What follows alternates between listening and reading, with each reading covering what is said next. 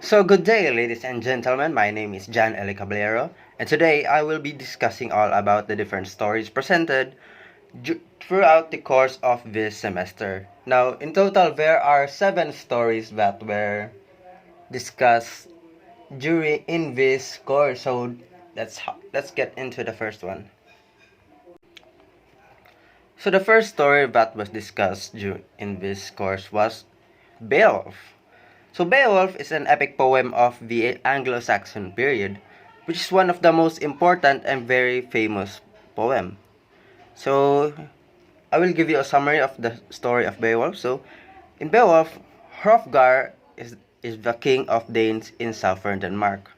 Through success in battle, he has become rich and mighty. As a symbol of his power and prosperity, he builds a magnificent maid hall called Heorot, in which he and his loyal warriors can feast, drink, boast, and listen to the tales of the Scots, the Anglo-Saxon bards. But soon after Heorot is finished, the mirth of the men and the music of the Scop angler Grendel, a monster descended from Cain, Grendel raids the hall, snatching men and eating them. Then he returns to his home in the marsh. He repeats his nightly raids until no one dare sleeps in the hall. Heorot, once the symbol of the Skalding's greatness, is now a place of shame and terror. This continues for 12 years, until Beowulf, a young warrior from the Geats in southern Sweden, hears about Grendel and determined to fight the monster. Sails through Hrothgar, lands with 15 companions. So Hrothgar, who knew Beowulf's father, Ethgil, accepts Beowulf's father to fight Grendel and gives him a feast.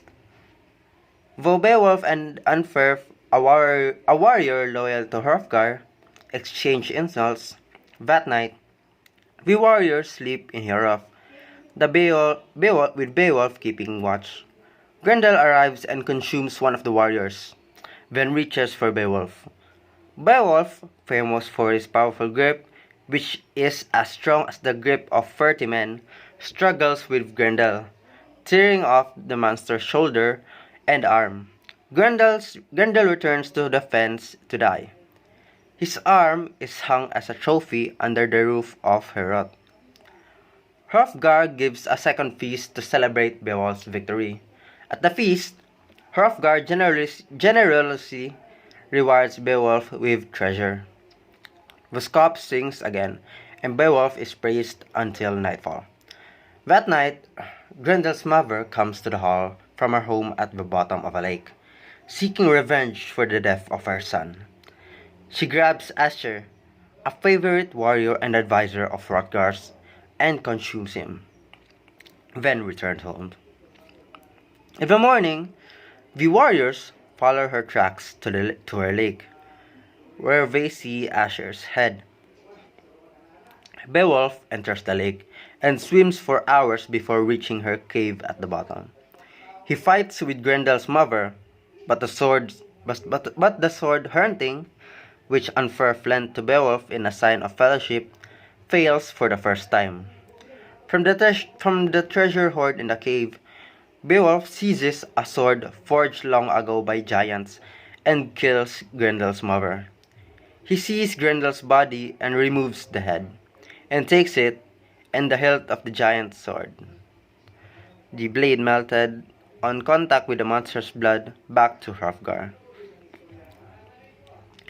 There is another celebration in Heorot with more gifts and promises of friendship. Hrothgar says he feels like Beowulf is his son, and weeps at Beowulf's departure. Beowulf and his men return to Geatland, the land of the Geats, where his uncle, the king, Hygelac, and Hygelac's queen, Hygd, greet Beowulf, accepting the treasure Beowulf gives them, and in turn rewarding Beowulf with a sword, praise, and land. Hygelac is eventually killed by the Swedes. His son, Herdred, though young, takes the throne with Beowulf's support. At Herdred's death, Beowulf takes the throne of the Geats, and rules in great prosperity and fame for 50 years. In Beowulf's old age, a thief finds a passageway into an old barrow. Inside, a dragon guards a treasure trove left there long ago by the last survivor of an extinct people. The thief steals a cup, but the dragon discovers the theft and burns the land, including Beowulf's mead hall. Beowulf, knowing his death is near, decides to fight the dragon.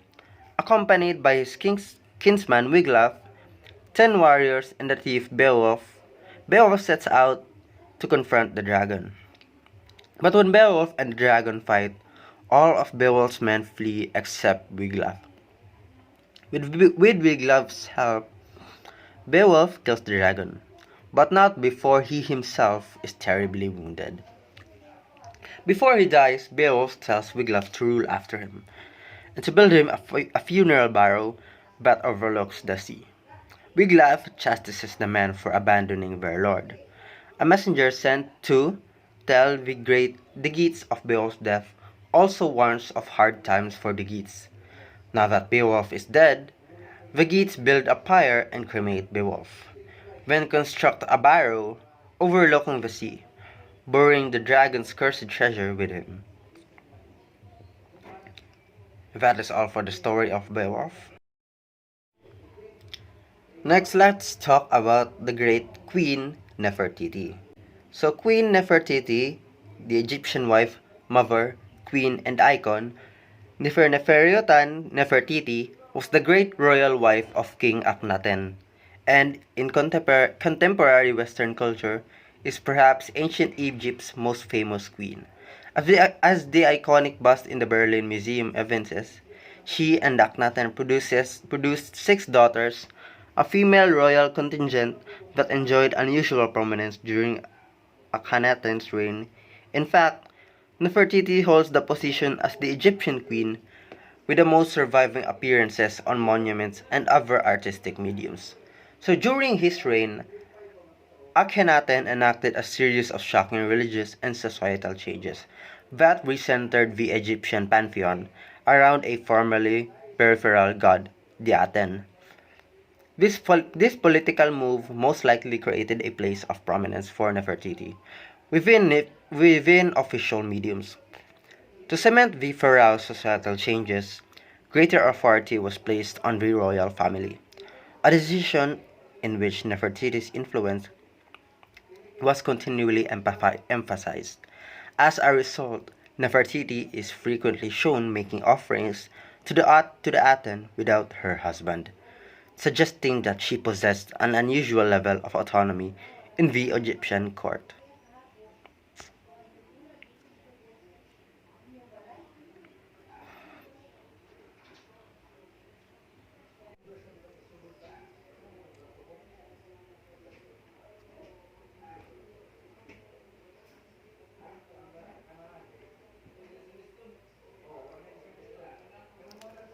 Depictions of Nefertiti were used to embody several important principles of the religious reform centered on the Aten. The main tenets of the new Amarna religion were laid out in the Great Hymn to the Aten, a text that discusses the role of the solar disk in providing Earth's occupants with life and sustenance. One principle emphasized throughout the Great Hymn to the Aten is the concept of fertility and the generation of new life, an idea often mirrored in the art of Amarna period. For instance, both men and women were depicted with large stomachs and thighs in what appears to have been an effort to call to mind gods of fecundity, such as Hapi. Nefertiti may have maintained a position of influence even after her husband's death. Many scholars suggest she even was one of Akhenaten's successors and reigned under the name Neferuaten between Akhenaten's last year on the throne and the time that Tutankhamun became pharaoh. We know 2 distinct kings briefly reigned under the names of Neferuaten and Smekare. Confusingly, these 2 kings shared the same phenomenon when Neferuaten was abbreviated. which led scholars to initially believe that they were the same person. Nefertiti did not reign as a king. She undoubtedly remains one of ancient Egypt's most famous queens. That is all for the story of Nefertiti. So the next story that we will discuss is centered around a commonly known hero or legend that we know of as King Arthur.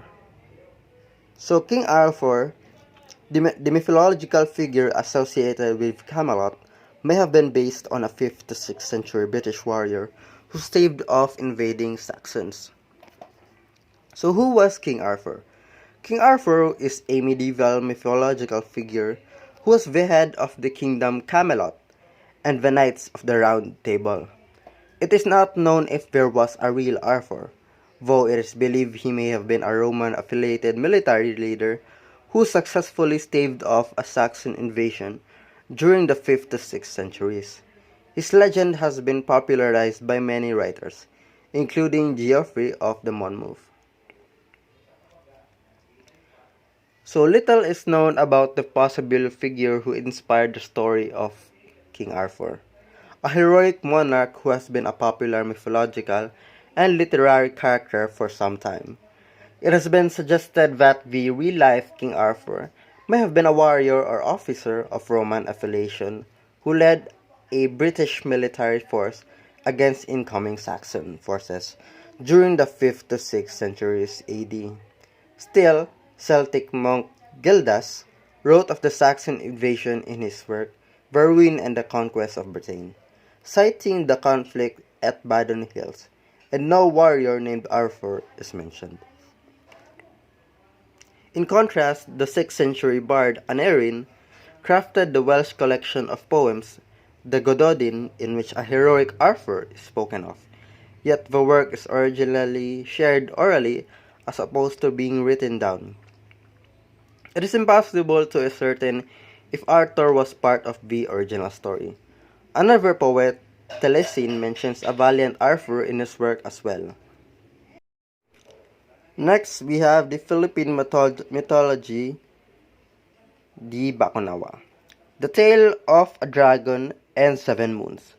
So the tale of Baconawa, according to the ancient people of the Philippines, Bathala, a supreme being or god, created 7 moons that illuminated the earth, with one illuminating each other of the dark nights of the week.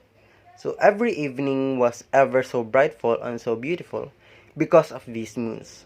As the moons brought joy and happiness to the people of the earth, this, however, mesmerized one particular dragon that wished to have them all.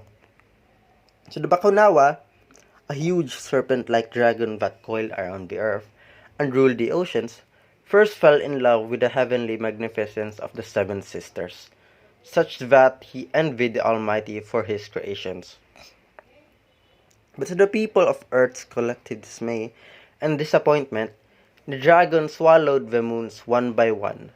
Each night, as he yearned to possess them all, this growing yearning turned into envy and greed. So the Bakunawa arose again and again from the waters to swallow the moons. The towering, ferocious dragon successfully devoured all but one. So the Bathala became conscious of the sudden disappearance of the moons from the heavens. So the people of the earth, in turn, learned to arm themselves to protect the last moon from being swallowed by the dragon. Hence, the dragon is not only termed as moon-eater, but as a man-eater as well. So one fateful night, deafening collective and ever-growing screams, moans, music, sounds, and banging of drums coming from the people of Earth awakened the Almighty to witness the Bakunawa in the processing of swallowing the last remaining moon, slowly enveloping the world in deep abysmal darkness. The people of Earth shouted all together, and they screamed, "Return our moon," among many other unpleasant words. The dragon, taken aback by the multitude of resistances coming from the people of Earth, hastily retreated to his caverns in the ocean, while the deafening sounds grew louder and louder.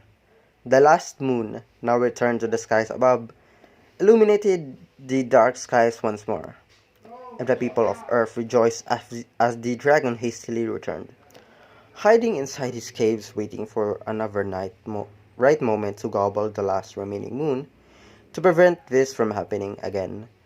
Bathala planted bamboos that looked like stains on the surface of the moon from afar. The bamboo trees can be seen as dark spots in the face of the moon. The dragon never gave up, as he would attempt to swallow the last remaining moon in the sky from time to time. But the people remained on alert if such an accident were to happen again, ready to create thundering noises for the moon's return, guarding it with their own lives. And as long as the bamboo trees are not killed on the moon, the dragon will not succeed in his malicious deed. And that is all for the story of the Bakunawa. In the next story, we have the War of the Titans. So, let me give you a short summary. So, the War of the Titans, after freeing his brothers and sisters from the stomach of their father, Kronos, the Titan, Zeus, the king of the gods, gathers the younger gods at Mount Olympus and wages a war against the Titans. And in the end, Zeus and his brothers defeat Kronos and his fellow Titans. They banish all Titans to Tartarus. Next, let's proceed to the story of Medusa. So Medusa is one of the more unusual divine figures of ancient Greece mythology, one of a trio of Gorgon sisters. Medusa was the only sister who was not immortal. She is famed for her snake-like hair and her gaze, which turns those who look at her to stone. So legend states that Medusa was once a beautiful, avowed priestess of Athena, was cursed for breaking her vow of celibacy. She is not considered a goddess or Olympian, but some variations on her legend say she consorted with one. When Medusa had an affair with the sea god Poseidon, Athena punished her.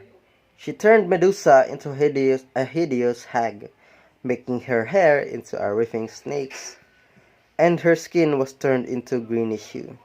Anyone who locked gaze with Medusa was turned into stone. So the hero, Perseus, was sent on a quest to kill Medusa. He was able to defeat the Gorgon by lopping off her head, which he was able to do by fighting her reflection in his highly polished shield. He later used her head as a weapon to turn enemies to stone.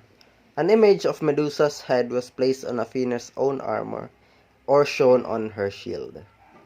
That is the story of Medusa. And the last but not the least, the Japanese creation story, mainly Izanagi and Izanami. So in Japanese mythology, Izanagi and Izanami were a divine couple, brother and sister, who had a principal role in creating the islands of Japan, and from whom many important and elemental kami, or gods, had their birth. The story is told in 8th century CE Japanese compendium of mythology, the Kojiki, the birth of Izanami and Izanagi before the formation of the world, when the land was formless like a jellyfish. But the first deities came into being at the Takamagahara, the high plane of heaven, beginning with the three primal kami, Amino Mina Kanushi, Takimi Musubi, and Kamimi Musubi. 7 successive generations of gods and goddesses came into being. The 7th generation, consisting of the male kami, Izanagi, or he who invites, and the female kami, Izanami, who she invites. So Amano Nobuko, the jewel spear, the older generations of kami, assigned as Izanagi and Izanami the task of bringing order and structure to the shapeless chaos that was the world. To help them accomplish this, the couple were given the jeweled spear called Amana Nobuko from the heavenly floating bridge. Izanagi and Izanami peered down at the inchoate mass below, not knowing how to begin the work of creation. Finally, they tried steering the chaos with the point of the spear. As the spear was lifted back up, a drop fell from it, created the island of Onogoro. Izanagi and Izanami decided to make their home there and built a palace called the Eight Measure Palace. In the center of the palace stood a pillar, the heavenly August pillar.